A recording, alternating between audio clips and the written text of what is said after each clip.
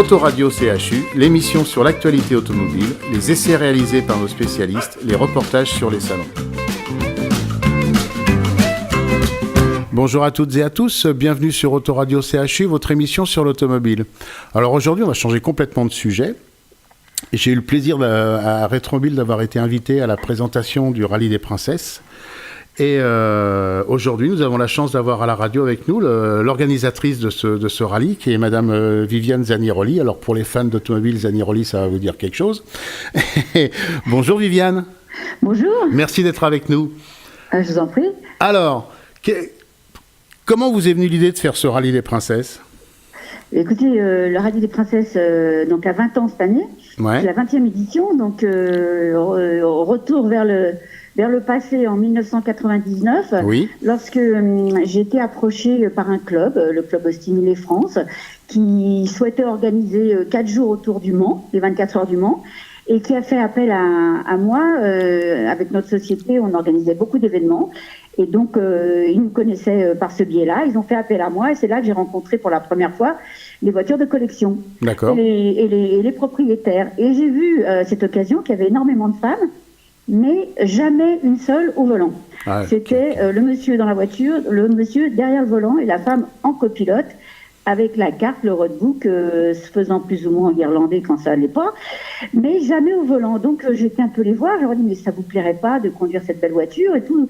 C'est quand même des Austinets, c'est des voitures qui sont juste sublimes. Et là elles m'ont dit mais s'il est au volant, s'il est dans la voiture, jamais il nous passera le volant.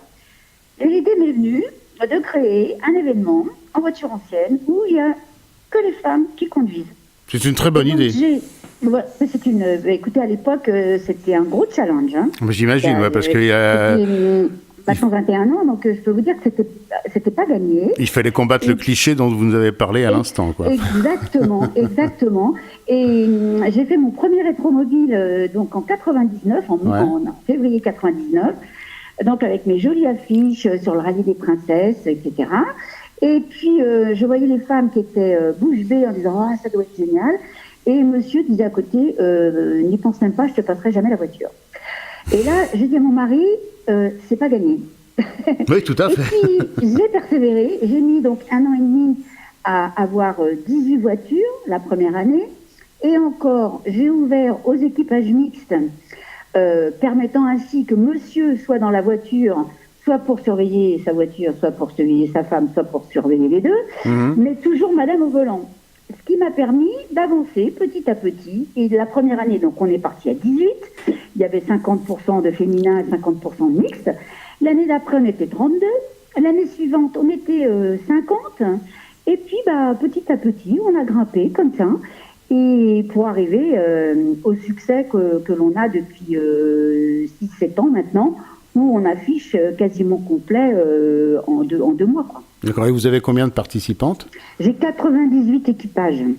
D'accord. Et encore, j'en ai laissé beaucoup sur le quai qui ne prendront pas le train cette année et qui ne partiront pas avec nous et qui sont évidemment profondément déçus, mais on ne peut pas faire plus pour des questions de logistique hôtelière notamment. Ah, mais ça c'est clair, parce qu'on va dans certains endroits, déjà 98 voitures, ça fait 180 personnes, plus l'organisation. J'ai 140 chambres tous les jours, et je peux vous dire que dans certaines régions, c'est des déserts hôteliers, c'est catastrophique, quoi. Donc vous avez 10 chambres par-ci, 20 chambres par-là, et logistiquement, c'est compliqué, hein, en tant qu'organisateur de s'amuser à avoir des gens un peu partout éparpillés avec des kilomètres entre les deux, tout c'est pas simple. C'est clair, c'est clair. Et en plus, c'est pas l'esprit du rallye où on veut que toutes les filles soient ensemble et que ce soit très convivial, qu'elles se retrouvent, que ce soit une vraie semaine où il y a beaucoup d'amitié qui se crée et qu'il y ait une belle ambiance et donc le fait de faire ça, ça nous garde bien cet esprit sportif mais convivial. Oui, d'accord. Donc, et c'est un rallye de régularité ? Tout à fait. Alors, la régularité par rapport à la vitesse, à un rallye de vitesse, c'est que d'abord c'est sur route ouverte. Vous connaissez, on vous donne le départ, il y a un commissaire qui vous donne le départ, et ensuite de quoi les arrivées sont secrètes.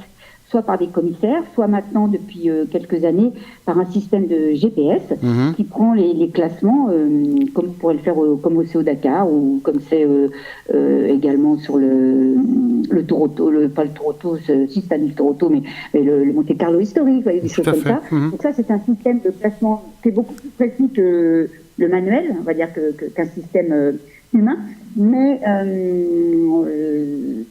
donc en fait elles ne connaissent pas l'arrivée, donc il faut qu'elles tiennent, on leur donne une moyenne à tenir en fonction de l'âge de leur véhicule, qui peut être pour les plus anciennes de 40 km/h de moyenne, et puis les plus récentes 50 km/h de moyenne, grand maximum.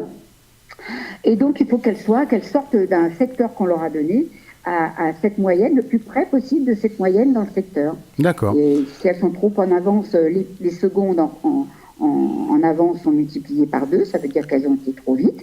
Et si elles sont un peu en retard, c'est multiplié que par 1. Alors qu'un rallye de vitesse, on vous donne le départ, les routes sont fermées, il faut aller le plus vite possible à l'autre bout, et c'est celui qui a été le plus vite qui gagne. Non, mais ça, c'est pas possible avec des gens lambda. Il faut l'équipage le plus régulier qui gagne. On le voit dans certains rallyes régionaux où il y a des gars qui viennent, là, qui se prennent pour des pilotes de Formule 1, ça finit dans les fossés, ça finit partout.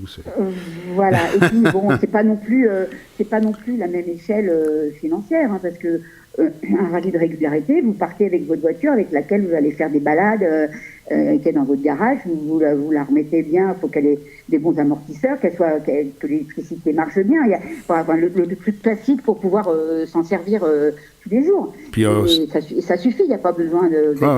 Puis c'est de la voiture ancienne, donc c'est de la voiture ancienne. Donc ça a une valeur, hein. Voilà. Ça a une valeur. Tout à fait. Il doit y avoir des voitures qui valent très très cher dans vos rallyes, non? Oui, on a des voitures, on a quelques voitures qui valent effectivement très cher aujourd'hui. L'ancienne ayant le vent en poupe, d'ailleurs, depuis une vingtaine d'années. Moi, je l'ai vu chaque année.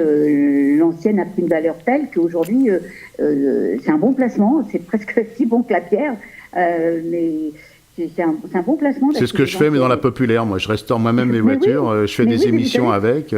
Mais voilà. C'est bien, mais vous allez voir que la populaire, elle va prendre beaucoup parce qu'il y a de moins en moins d'anciennes. C'est ça. Et donc, les gens vont se reporter sur ce qu'ils peuvent acheter aujourd'hui, qui va prendre de la valeur et qui vaudra le double dans 2 ou 3 ans ou 4 ans. C'est ça. Et voilà, quoi. Puis je veux pas Il y a aussi ce côté très sympa. Moi, j'aime bien... avec le rallye des princesses, mon idée, c'était de faire, vous voyez, Brigitte Bardot au volant de son cabriolet avec son foulard, le côté glamour et chic et élégant de la femme au volant d'un joli cabriolet. Je pense que moi qui suis amateur de photos, il doit y avoir des photos sympas à faire, oui, effectivement. Oui, très, très, très. Et puis les filles, elles adorent ça, donc elles sont en plus... assez bonne au niveau des calculs, parce qu'il faut faire quand même beaucoup de calculs. Oui, c'est très tactique, ou tic-tac, comme on veut. Exactement, c'est beaucoup plus tactique qu'un rallye de vitesse. Et donc, les filles s'en sortent vraiment très très bien. Elles sont peut-être, je sais pas, consciencieuses, posées, et puis elles prennent un malin plaisir à essayer de faire bien pour pas qu'on puisse leur dire vous avez dit ridicule, parce que il y a toujours quand même un petit arrière-pensée des fois sur certains messieurs qui sont pas toujours... ouais, mais bon, vous savez... Mais ça, il y en a de moins en moins. Faut qu'ils arrêtent. Il y en a de moins en moins. Et on a de plus en plus de messieurs qui inscrivent leurs femmes aussi. Qui disent, elle va s'éclater en faisant ce rallye, ça va lui plaire, ça va être super et tout. Donc ça, c'est je vais être méchant comme ça par une semaine, non? C'est pour ça qu'ils les inscrivent. Non, écoutez, généralement, vous savez, la moyenne d'âge, c'est 40-45 ans sur le rallye des princesses. Ouais. Autant vous dire qu'elles sont mères de famille avec des enfants en bas âge, parce qu'aujourd'hui, on les fait quand même un peu plus tard, ou des enfants qui ont besoin d'être suivis. Donc, quand elles partent, c'est monsieur qui est à la maison le soir au fourneau, s'occuper des activités scolaires, des enfants, des devoirs et de remplir le frigo. C'est bien. Alors, cette année, vous allez vous balader où, alors? Alors, cette année, on reprend notre parcours historique. Donc, Paris-Côte d'Azur et Paris-Saint-Tropez, bien entendu. Ce charmant petit village varois de pêcheurs. Avec un air de vacances avant les vacances. Et donc, on va passer la première étape, va arriver aux Eaux de Beauval. Ensuite, on arrive à Vichy, à Parc des Sources, qui est une belle plaque tournante pour la voiture ancienne. On est bien reçu. Et puis ensuite, quand on part sur la montagne, en arrivant à la troisième étape à Aix-les-Bains. Ouais. Et puis, pour fêter la 20e édition, on passe 2 jours. On fait Aix-les-Bains Saint-Tropez, on passe 2 jours à Saint-Tropez. Et on fait le Grand Prix de Saint-Tropez le dernier jour, le jeudi 6 juin, en collaboration avec la mairie. Donc on fait un grand tour dans le pays varois, puis on revient évidemment faire le podium Place des Lys. Voilà, la fameuse place des Bolistes à Saint-Tropez. Ouais, c'est sympa, c'est sympa. Ouais, non, c'est un Très, peu très partout, sympa, ouais. Donc alors, lors de la présentation, il y avait quelqu'un qui était fortement sympathique et avec qui j'ai bien discuté et qui est très agréable. Bon, elle peut pas être là malheureusement, ça correspond pas avec nos dates. Là, on a vu ça avec votre service de presse, on peut pas l'avoir en interview, c'est dommage. Elle a une grosse activité, oui. J'imagine, oui. Donc c'est Audrey Marmet, hein. Oui, c'est Audrey Marnet, donc, voilà. mannequin et comédienne. Audrey, qu'on a vu énormément, je crois que l'autre fois m'a dit, j'ai fait 350 couvertures de magazines, donc ce qui est assez énorme. Tout à fait, et c'est un truc de fou. Qui travaille depuis l'âge de 16 ans. Oui. Donc voilà, maman de 3 garçons et passionnée d'auto et notamment d'ancienne, puisque depuis 20 ans, lorsqu'elle elle est restée basée mannequin 6 ans à New York, et elle est tombée amoureuse d'une pagode, une Mercedes Pagode des années 71 exactement, et elle l'a achetée. Et elle roulait à New York quand elle pouvait, elle roulait à New York avec. Et puis elle l'a ramenée en France quand elle est revenue. Et donc là, la voiture est en révision pour pouvoir partir au Rallye des Princesses. Donc c'est quasiment une première main aux États-Unis, je crois. Donc ça doit être la deuxième main avec une voiture.